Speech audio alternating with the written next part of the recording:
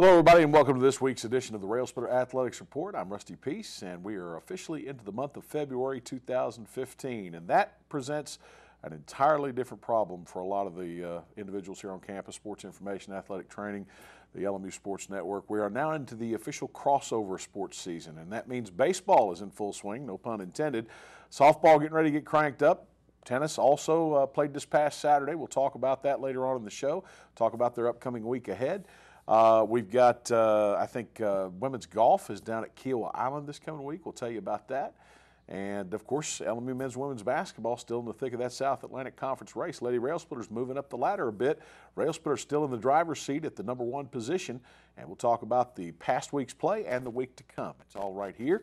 Folks, want to remind you to keep up to date on everything going on with LMU Athletics. Pull up the LMU Athletics website, www.lmurailsplitters.com. Back after this on the Railsplitter Athletics Report. We have a big problem, and we need your help. It's happening on college campuses, at bars, at parties, even in high schools. It's happening to our sisters and our daughters, our wives and our friends. It's called sexual assault, and it has to stop. We have to stop it. So listen up. If she doesn't consent, or if she can't consent, it's rape, it's assault. It's a crime. It's wrong. If I saw it happening, I was taught you have to do something about it. If I saw it happening, I speak up. If I saw it happening, I'd never blame her. I'd help her. Because I don't want to be a part of the problem. I want to be a part of the solution. We need all of you to be part of the solution. This is about respect. It's about responsibility. It's up to all of us to put an end to sexual assault. And that starts with you. Because one is too many.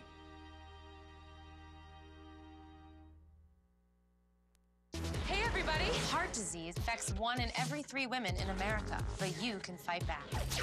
There's no time to lose. Mothers, sisters, daughters, families, and friends, it's time to shout louder, stand stronger, and demand change. Let's go! To the Batmobile. Dang it. To the invisible jet. Dang it. Together, we can put an end to heart disease. It's time to go red for women. I could use your help. Yeah! Learn more from the American Heart Association at www.goredforwomen.org. If you love your car or truck, let us help you keep it clean at Soapy J. Soapy J's has unlimited wash plans to fit every budget. Try our $5 express wash or one of our 3 monthly wash plans. The Wheel Deal, the Soapy J, or the new Blast Wax. With our monthly wash plans, if you pay with credit card, all you do is pay for the present month and your card will be billed on the 1st of each month. Don't forget, Soapy J's has free vacuums with any wash. Soapy J's Express Car Wash, open 7 days a week. Let us help keep your car or truck clean at Soapy J. Soapy J's on the Cumberland Gap Parkway, Middlesboro. Welcome back to the Railsplitter Athletics Report. Josh Schertz and the Lincoln Memorial University men's basketball team are in the driver's seat of the South Atlantic Conference race as they are at 14-1, unfortunately suffering their first loss of the season this past week, but also picked up a victory on the road over Coker. Now the week ahead has got a very tough slate in store for them. They've got Newberry on Saturday, and then they go to Tusculum on Wednesday. And Coach, I know that as painful as it was in the loss, we've talked about for a long time that it's almost impossible to go throughout the entire season as an undefeated team, and there's only a couple of teams right now that are in that spot. That's the University of Kentucky, and I think one Division III team. Yeah, if you look at the, 1,000 or plus NCAA schools on the men's side, yeah, you got 2 that are left, and it's an incredibly difficult thing. I never, in the beginning of the season, had any delusions of grandeur in terms of, that we would win 20 games in a row or be undefeated or run the table the entire season. Certainly, like everybody, you want to win every time you play, and you're trying to get your team to play the best it can play. And certainly, we didn't do that on last night. But again, you got to give a lot of credit to Carson Newman. They were tremendous. We were not very good, and thus the result, was what it was. Not only in terms of them winning, but the lopsided nature of the score. So it's a long season. I always, you and I talk a lot, and I think from, and it's totally different when you're coaching or playing. Fans, media, everybody else can overreact to wins, overreact to losses, can get out of sorts. For me, it doesn't make sense to get overly excited about a win or overly depressed about a loss, because the only game that matters is the next game. This one with Carson Newman's in the books, just like the 20 that we won before that are in the books. Nothing's going to change those. It's all about what comes next, and so we got to learn from it, see where we can improve, hopefully refocus, and then get ready for a very tough test up at Newberry on Saturday. Let's go back to last Thursday's show. You and I talked about the stretch that we had with Coker and with Carson Newman and Newberry over the period of a little better than a week. Very tough stretch. Not to take anything away from Tusculum. I mean, it's going to be hard to go over there and take on Mike Jones and his crew over there in Greenville. But you've still got the better part of that slate ahead of you. You've got Newberry this coming week, and then you got the Pioneers. You were lucky enough to pick up the road win over Coker, and that was a hard-fought battle down there. I knew that they would come in well prepared. They were. They played very well. Eric Bethel was just phenomenal. But all in all, it took a hard-fought battle to win that one down there in Coker at Hartsfield. No doubt, it was a great road environment. I thought Coker's, fans were terrific. Their players were very excited to play, and I thought played extremely well, much like Carson Newman did. That's part of it. When you're in the situation that we're in, I was talking to Coach Schmatzer after the game, the coach at Coker, and he was pretty prophetic. He said, I told him how his team, I said, you guys played unbelievably well. He said, everybody, is going to play well against you guys, wanted to, see yourself and challenge against the best. He said, my concern is our next game at LR, how do we respond? And they had 16 points in the first half last night and scored 45 in a loss. So, and we'll see how Carson responds after their game. I think they'll respond well. But, it's when you're in the position we're in, you're going to take team's best shot. But obviously from our end, it's about delivering our best shot. And we fought hard at Coker. We fought well together. We didn't play great again, but we fought and were able to hang on and make enough plays. We were good enough defensively to give ourselves a chance. Last night it was a different story. We couldn't get stops. We gave up 87 points, and so we weren't able, even though we weren't great offensively, just like we weren't at Coker, our defense is what let us down last night. I'll go back to last night's game and look at it as though, we've talked about we're not going to always hit shots. There's going to be games where you don't hit them, and that was the case last night. I don't think I've ever seen a couple of the players that we have on the squad now struggle as much as they did last night. But defensively, even with if we had given one of our best defensive efforts, Carson Newman was hitting some phenomenal shots last night. I mean, they were making shots. Yeah, there was a number of times that they made very difficult shots. We did not, do a very good job of guarding them, and that, like I said, I'll take the responsibility on that. We didn't do a very good job on Clark. I thought he got wherever he wanted to on the floor. Brooks hurt us inside. We struggled to find matchups that worked. When we went small, we couldn't guard Brooks. We tried our three best perimeter defenders on Clark. None of them could guard him. It was one of those nights. But credit to them, they every time that we made a run, they responded. We never were able to put any game pressure on them. We cut it to 7. They made a 3 to put it at 10. We cut it to 7, back to 10. It just kind of stayed from 7 to about 11 almost the whole way. I watched it obviously a few times last night, and it's 66-59 with 9 to go. It's 74-66 with 4.5 to go, and but we never could get it down below that and put serious game pressure on them. And offense comes and goes. Defense is what you got to hang your hat on, and we just weren't able to hang our hat on that. They got what they wanted. 87 points is way too many. 72 is enough to win. All right, let's move past it. The loss, as tough as it is to swallow, puts you now at 20-1 on the season. You're 14-1 in South Atlantic Conference play. Still a 4-game lead on everybody. The pack is now really fluctuating, trying to jostle for position. Queens has moved up into the number 2 spot. Here you look at the standings. They're at 10-5. Wingate, Carson Newman in the chase for the 3 spot. Possibly a chance to even move up a little higher than that. Newberry back there, which you'll face this Saturday at 5, followed by the back half of the field, Brevard, Coker, Anderson, Catawba, Lenore, Ryan, Mars Hill, and Tusculum. Things starting to shake out a little bit right now. Yeah, well, and you'll see. I mean, it's always incomplete until it's done, but you look at how Carson Newman started the year off 1-4 in the league, so they're 8-2 in their last 10.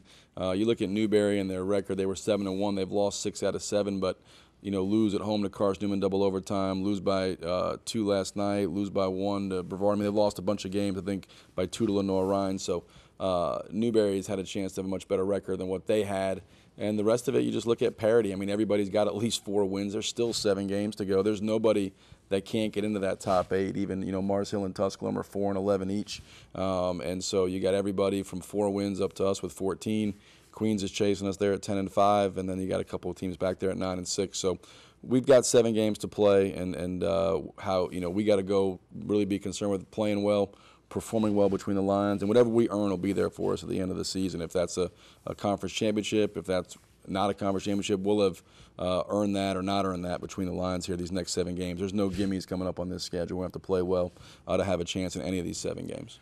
Dave Davis and his style of play down there with the personnel he's got, you know, as we've seen in the past, presents a lot of problems. They've got the dribble drive offense. They don't have Dondre Walker as they did the last time they played us. They've struggled a little bit here over the last few weeks, but still at home they're very dangerous, and that platoon-style substitution is always something that we have to adjust to either way. Yeah, it's a very complicated game the way they play in terms of, you know, making sure you're matched up.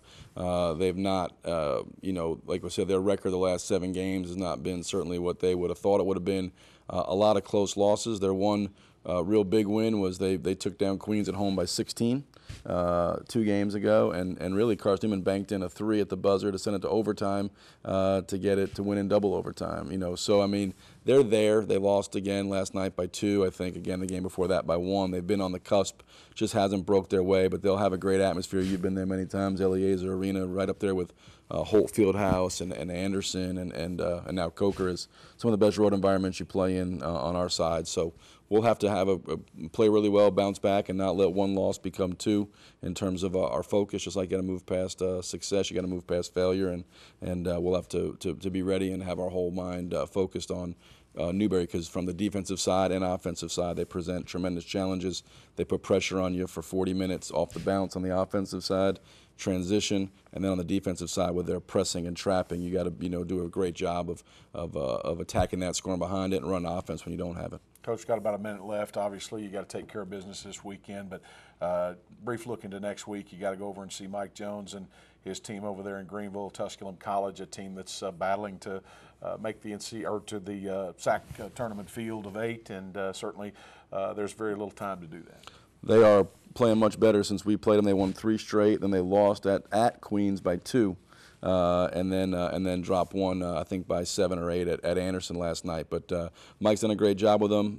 They're battling, like you said, to get in the conference tournament down there. It's always a tough deal, and we'll have to come out and play well. Like I said, these 7 in a row, you just have to kind of show up, play well to give yourself a chance, and try to hang in there. That's what February basketball's about, and we'll see how we do starting this Saturday. Josh, looking forward to having the Railsplitters back out on the floor this Saturday down in Newberry. So are we. Thanks, Russ. All right, we're going to take a timeout. When we come back, we've got Crystal Evans. She and the Lady Railsplitters knocking off Carson Newman's women on Wednesday. We'll talk about that and more when we return here on the Railsplitter Athletics Report.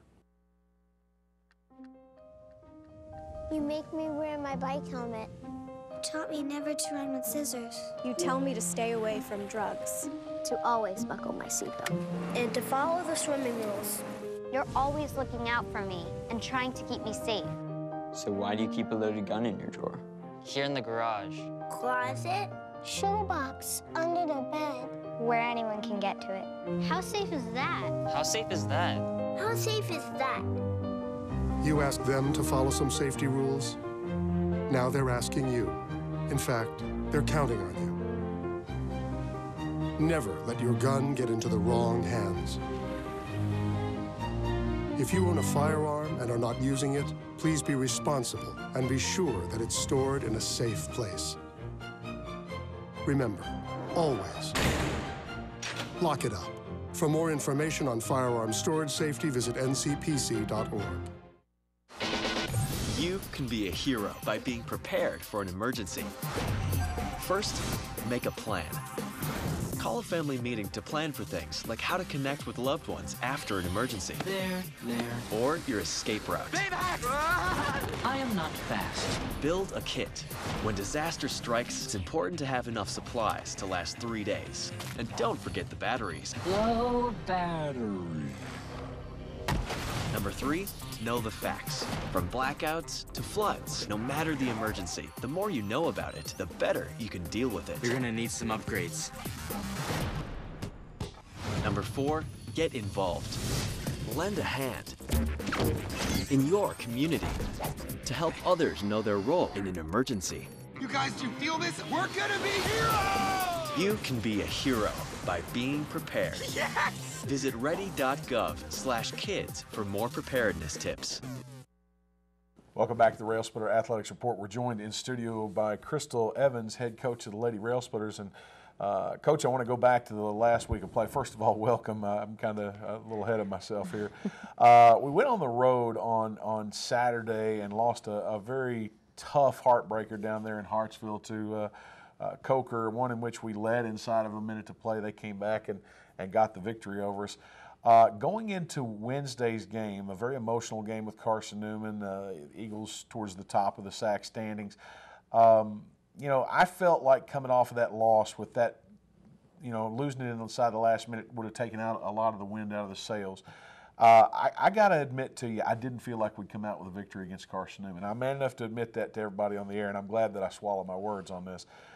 Coach, I'm going to tell you, you know, it was tough. We won it down the stretch in overtime, but a lot of energy in there. I think the crowd truly appreciated the effort, and the emotion and the energy in that building was great. I know that you appreciated the crowd, and well, what a win for the Lady Railsplitters on Wednesday. It was a great win. And just, you know, for the girls, we did have that heartbreaking loss at Coker. And one thing that me and you have spoken about numerous times is we're really trying to close out the games, and we've been working on that in practice. And so, and going back to Mars Hill, I mean, we had that game won, and we didn't pull it out at third place. Again, we were up by 5 in the final minutes, and you know, we were the ones that made the mistakes. We put them at the free throw line and did that sort of thing. And then we did the exact same thing at Coker, where, you know, again, we were up by 5, and you know, we're the ones that made the mistakes and let Coker back into the game. And so last night, to be very honest, there was a moment in my head that I was like, please, you know, we've been working on this. It's not a repeat of Coker and Mars Hill all over again, and you know, surely we'll pull it out. And you know, so when we were going into overtime, just the fact that they did, you know, and they responded well, and I mean, because the first few minutes of overtime was against us. I mean, Carson Newman came out, they jumped up 4 on us, and you know, again, we fought back to even take the lead into the overtime period. So the fact that we were able to pull it out, I'm just hoping that that carries on over to Newberry and on the road, because we are trying to finish the game strong, and we are trying to pull out the victory. Brooks hitting the open jumper there. We're watching footage from last night's LMU versus Carson Newman basketball game. Coach, I'll have to say that going into the game last night, when I got the numbers for the starting lineup, I kind of raised my eyebrows. You had Ross Mathis at the point, Shea Coker at the 2, Katrina Otteson back in there coming off of an injury only a couple of games ago, and then you went with your normal bigs and Megan Pittman and Josie Harding. But I'm going to tell you, that group came out last night absolutely on fire and played very well in the early minutes, and I thought really set the tone for us throughout the game. Well, I know it would have been surprising for anybody to see that lineup, just because, you know, we've had a pretty standard lineup this whole season. It was a strategy thing. Carson Newman was playing a lot of sagging man, and what I did is I put Ross and Shea and Katrina out there on the perimeter, so if they were going to sag, then they've got all our shooters out there on the perimeter. And then once they made the adjustment and they started guarding the perimeter, I subbed our drivers in with Kiera and Asia. And okay, so now you're picking them up and you're kind of bellying up with them. So, you know, let's drive and attack the basket all night. And that was kind of the mindset. And it's one of those things, you know, as a coach and just learning the season, being my first, it's one of those things that in your mind really sounds good and you think it's good, and and it's one of those, you know, there's been strategies that I've had in previous games where I thought were really good, and then it didn't turn out to be the greatest thought. Luckily, that one worked for us, because again, it forced them to guard our starting 5 on the perimeter, and we were able to get the ball to Josie. He was able to open up some things on the inside, and then again carrying over when I subbed in Kiera and Asia, we were able to attack the basket more off the dribble. We saw Asia Lee carry us last night in the second half with 22 of her 27 points coming in the final 25 minutes of play. You know, there's nobody in the league that doesn't know that she's capable of doing that. I think she doesn't fly under anybody's radar. Hence why I was so surprised when I didn't see her in the starting lineup. But we selected Josie Harding as our Old Town Grill Player of the Game. I mean, Harding was consistent all night. Probably one of the best games that I've seen her have of her career end to end on the floor. When you're talking about 20 points, 13 boards, and 5 blocks, that's quite a stat line. It is, and you know, yes, the stats don't even tell the game, to be honest. And not saying that those are amazing stats, but it's just any time we needed a rebound, she came up with it. Any time that we needed a bucket, she was the one putting it in. I mean, any time that we needed a big stop on defense, she was the one getting the block. So, I mean, it's just the timing of everything that she did was so crucial, and it really put us in a good position, and she just really came out and played just hard and with a lot of heart. Thought you got some good minutes last night from Kiara Rawls. Big charge taken, and one for the team there at the end by Shea Coker, who really sacrificed her body for that one. It proved to be crucial. I thought you got a couple of big free throws down the stretch there from Ross Mathis at a very critical time in the ball game. But oddly enough, when you look at Coker's play last night, I don't know if she squared up for a 3 all night long, yet she managed to score inside the perimeter last night, which is kind of a I don't know if I want to call it a new element of her game, but one that I'm not accustomed to seeing. Well, what we were really focusing on is crashing the boards, and she did an excellent job of doing that. And she was able to get little chip shots in there at the paint just from offensive rebounds, and that was huge for us. We knew that people were going to be guarding her and kind of eyeing her a little bit more on the offensive end, and so she was able to. You know, it's funny when the shot goes up. And, you know, people tend to forget who they're guarding, and she was able to break free and pick up a couple little rebounds, and she did an excellent job crashing the boards, and that's kind of how she got her points last night. And again, you know, if you give her an inch of space, that's enough. She doesn't need an inch. All she needs is a breath to get that shot away. And if you got a breath between you and her, then she's going to knock it down. Coach puts you at 12-9 overall. You're now 9-6 in the league. Now, if you look at the SAC standings, and I do believe we have that, it shows you, Carson Newman, and Catawba tied at 9-6. But in reality, you're a half game up on those other opponents, along with Lincoln Memorial there at 9-6. You've beaten Carson Newman in the only meeting. You've beaten Newberry in the only meeting. You've beaten Catawba in the only meeting. So you're a half game ahead of those individuals going into this last 3 weeks of play in regular season action. But as we know now, with 7 games left on the regular season schedule, there's a lot of basketball to be played, and you've still got to face all 3 of those again. Yes, and right now we've got Lenora Ryan coming home back to our place, and you know, but Carson Newman, Newberry, Catawba, you know, we're returning at their place, and it's a different story, and again, you know, that's why we've been working so hard to finish out games, especially on the road, and that just really takes discipline and maturity on our part, and hopefully we can carry it over to Newberry. You know, ideally, because the ones that we're tied with, we still face again. You'd love to go ahead and pull off those victories to give you, you know, some breathing room between the two, and you know, I'm just hoping we can start that Saturday against Newberry. I said it to you last night in the post game, and I shudder to think again, seeing the efforts that I've had when our backs were really to the wall, we're facing a lot of adversity, whether it be through injury or illness or both. What this team would be capable of if they were at a full complement of players that were not injured. Now I know Carson Newman has gone through the injury bug this season as well. They had a couple of ACLs. That have cost them some players, but the heart that the team is playing with now, and they're starting to get that philosophy that and that idea that they have got to put 40 minutes of basketball together. They can't just afford to play for 30 minutes and give 10 minutes up. No, they are.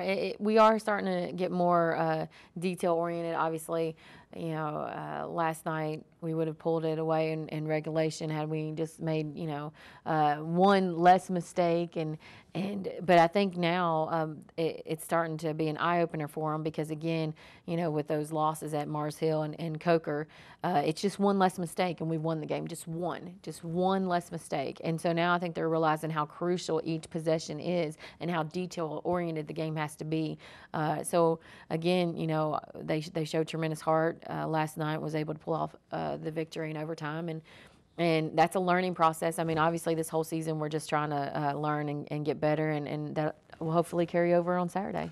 Big game Saturday against Sean Page and the Wolves. Coach, we want to wish you the best of luck, and the Lady Railsplitters are right there in the mix for this upcoming SAC tournament, trying to jostle for the best possible position. Good luck. Thank you. Lady Railsplitters and Wolves, 2 o'clock Saturday tip-off. I'll have pregame coverage at 1:40 on the LMU Sports Network, and we definitely want you to join us on 91.3thegap.com and on 91.3 WLMU FM. We'll take a timeout and be back to close things out. This is the Railsplitter Athletics Report. At Citizens Bank, we're different from everyone else. We've proudly served business communities of Northeast Tennessee since 1912 and have security you can count on. We offer the convenience of internet banking, excellent loan services on various types of loans, cash management, and small business banking at all of our convenient locations in Harrogate, Tazewell, New Tazewell, Bean Station, and Morristown. Visit our website to find out more at citizensbanktn.com. Citizens Bank, no more banking as usual. Equal housing lender, member FDIC.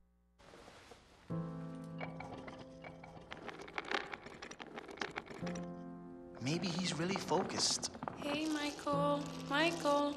Maybe he likes spinning the wheels. Maybe he just loves trucks. Maybe he's just being a boy.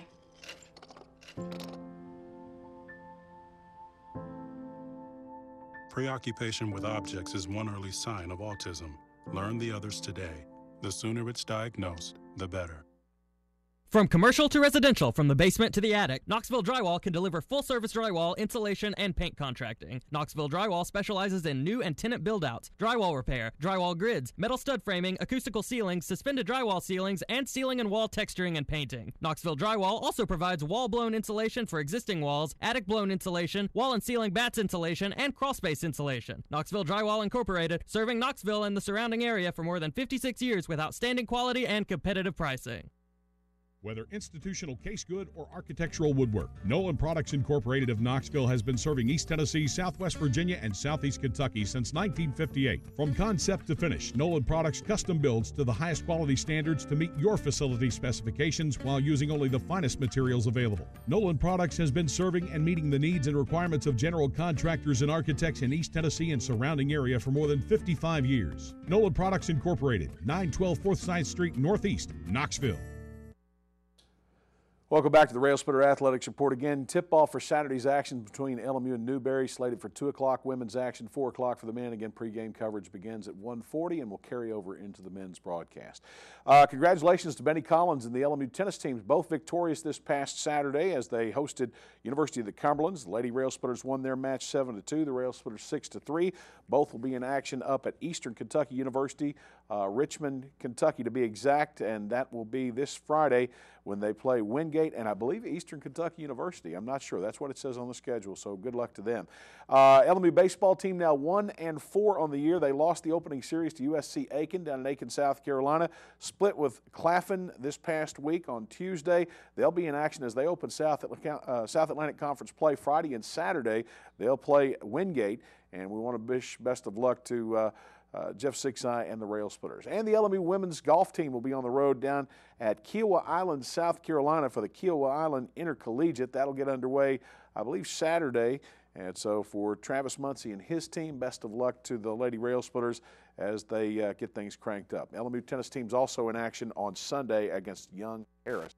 Best of luck to them in that endeavor. It's all the time we have for this week. Until next week, good night, everybody.